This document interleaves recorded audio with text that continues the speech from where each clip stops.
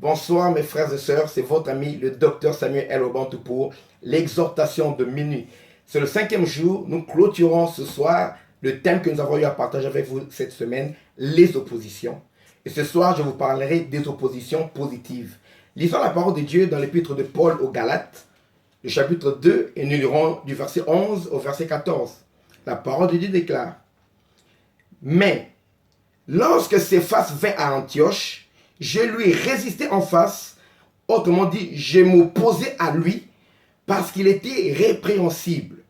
En effet, avant l'arrivée de quelques personnes de l'entourage de Jacques, il mangeait avec les païens et, quand elles furent venues, il s'esquiva et se tint à l'écart par crainte des circoncis. Avec lui, les autres juifs usèrent aussi de dissimulation, en sorte que Barnabas même fut entraîné par leur hypocrisie.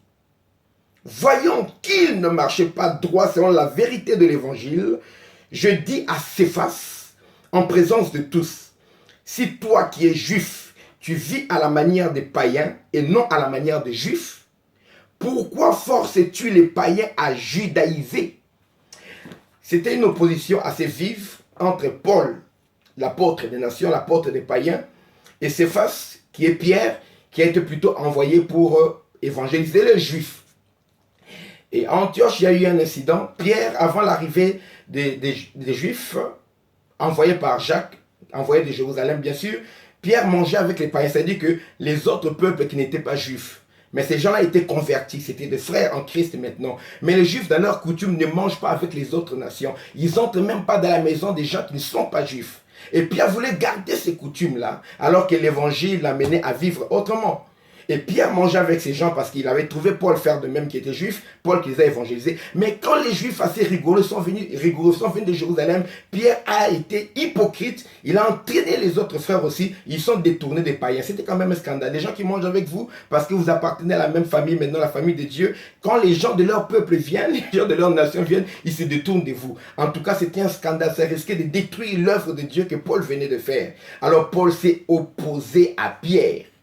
Parce qu'on dirait que Pierre n'avait pas compris la leçon quand Dieu lui avait dit d'aller dans la maison de Corneille. Dieu lui avait montré la vision de la nappe qui descendait avec des animaux. Et Pierre a dit à Dieu: je ne peux pas manger cela. Dieu lui disait: tu y manges. Je ne peux pas manger. Dieu a dit: ne déclare pas impur ce que Dieu a déclaré pur.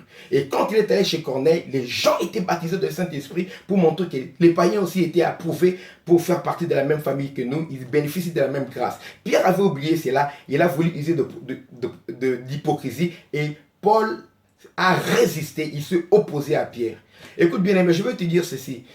Toute opposition que tu rencontres dans ta vie en tant qu'enfant de Dieu n'est pas une opposition démoniaque. Il n'y a pas toujours Satan derrière.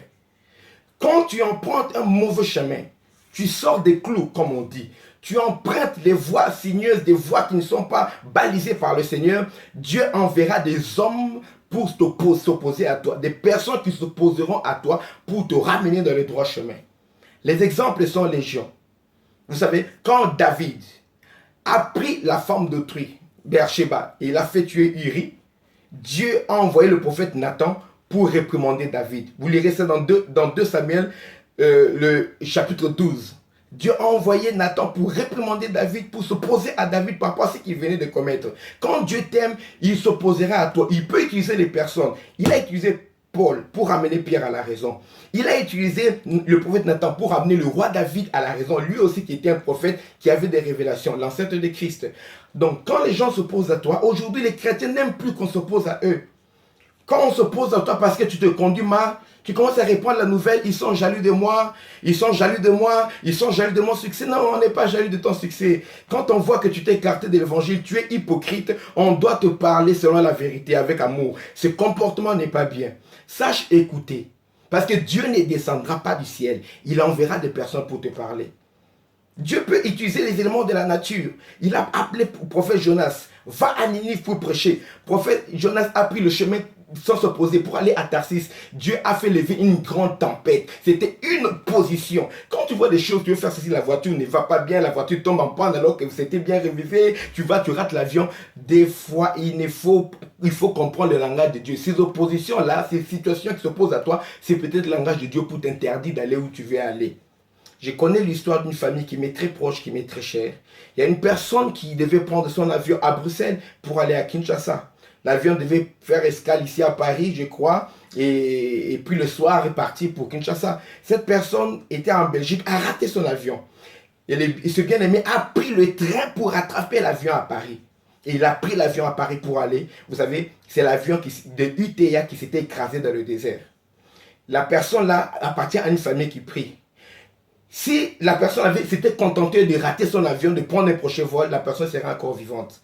Mais en prenant l'avion ici à Paris, cette personne est décédée. Des fois, Dieu permet des oppositions. Moi, je comprends le langage de Dieu. Quand je prie, je me prépare. Je vois des choses, des obstacles bizarres qui se mettent devant moi. Je cherche à discerner. Si j'ai la paix dans mon cœur, je comprends que c'est un langage de Dieu. Peut-être Dieu ne veut pas que j'aille là-bas. Je prie pour avoir les directives de Dieu. Dieu peut aussi utiliser des fois même un animal. Vous savez, le prophète Balaam, Dieu lui dit de ne pas aller, il s'obstine à partir pour aller là-bas. Dieu envoie un ange pour s'opposer. Dieu peut envoyer son ange pour s'opposer à toi. Et quand l'ange s'opposait, l'ange était debout pour tuer Balaam. Qu'est-ce qui s'est passé? L'âne de Balaam a refusé d'obéir aux ordres de Balaam. Il s'est opposé à son maître, contrairement à ce qu'il faisait d'habitude. Or que cette opposition-là, c'était pour sauver Balaam. Remarque les oppositions que tu vis, prie. Ne crie pas toujours à Satan de prime abord. Ne crie pas toujours aux démons.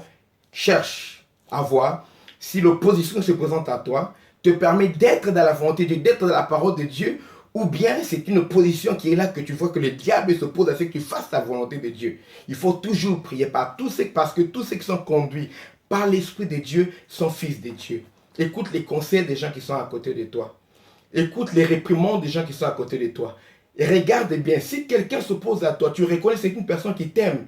Prête attention à l'opposition des gens qui t'aiment. Tu veux t'engager pour les fiançailles. Tu veux t'engager pour le mariage. Ton père, ta mère, des gens qui t'aiment s'opposent à toi. Tes frères, tes amis qui te connaissent, tu sais que ce ne sont pas des ennemis. Ils s'opposent à ce que tu veux faire comme projet. Écoute bien. Tu veux effectuer tel ou tel voyage. Tu veux commencer des affaires. Les gens que tu considères et qui te considèrent, qui viennent s'opposer à toi, ne les qualifie pas directement des jaloux, des méchants, des gens qui ne t'aiment pas. Analyse d'abord. Jette un deuxième regard sur la situation. Demande conseil. Ces oppositions-là peuvent être des langages de Dieu. J'appelle celles des oppositions positives parce que Dieu peut t'écarter du danger en envoyant des gens s'opposer à toi, en envoyant des circonstances s'opposer à toi, les choses s'élèvent contre toi ou bien même les éléments de la nature. Des fois même Dieu envoie un ange pour s'opposer à toi, pour que je ne puisse pas continuer dans ce chemin-là. Parce que le chemin-là, c'est la mort. La déclare, telle voie paraît juste à un homme, mais son issue, c'est la voie de la mort. Quand Dieu voit que tu es en train de partir vers ta destruction, tu empruntes un chemin de la mort, Dieu lui-même peut s'opposer à toi. Dieu peut envoyer des gens pour s'opposer à toi. Il peut soulever les éléments de la nature ou les circonstances de la vie pour s'opposer à toi. Alors, aie le discernement pour reconnaître quand une opposition vient de Dieu ou bien quand c'est une opposition du diable et applique toutes les méthodes que je vous ai enseignées depuis la première vidéo sur les oppositions. C'est qu'il y a la moquerie, c'est que le découragement et tous les restes jusqu'aujourd'hui. Tu vaincras et tu seras victorieux dans toutes sortes d'oppositions qui se présentera devant toi. Je vais prier pour conclure. Seigneur, je bénis ton peuple, éclaire leur cœur, donne-leur la lumière de reconnaître tes voies, de reconnaître ta volonté, de reconnaître, Seigneur, ton langage devant les oppositions qui se présentent à eux. Si c'est une opposition qui vient de l'ennemi, donne-leur le courage de se dresser contre cela et de l'anéantir au nom de Jésus-Christ, d'appliquer ta parole pour, Seigneur Papa, surmonter cet obstacle. Mais si c'est une opposition qui vient de toi, donne-leur le cœur comme David, qui s'est repenti à la réprimande de Nathan. Le cœur comme Pierre, qui s'est repenti en écoutant, Seigneur, la réprimande de Paul. Donne-leur un cœur qui sait reconnaître ta voix. Mais ne les laisse pas s'endurcir comme Balaam, qui s'est endurci dans ce mauvais chemin. Et il a fini un jour transpercé par l'épée, parce qu'il s'était détourné de ta voix. Seigneur, tu as permis que la mort puisse l'atteindre. Fortifie tes enfants et donne-leur la victoire dans toute opposition qui vient de l'ennemi. Au nom puissant et précieux de Jésus-Christ, j'ai ainsi prié. Amen. Voilà, demain samedi, nous n'avons pas exhortation de minuit, mais je vais republier toutes les vidéos de la semaine. Écoutez ce message et partagez ce message à plusieurs. Dimanche à minuit, heure de Paris, nous repartons pour un nouveau thème pendant toute une semaine avec l'exhortation de minuit. bien sûr avec votre frère, le docteur Samuel El Bantou, qui vous, avec plaisir, comme un devoir, je m'attache à ce que je fais de sorte que tout le monde puisse retourner à la parole. Merci.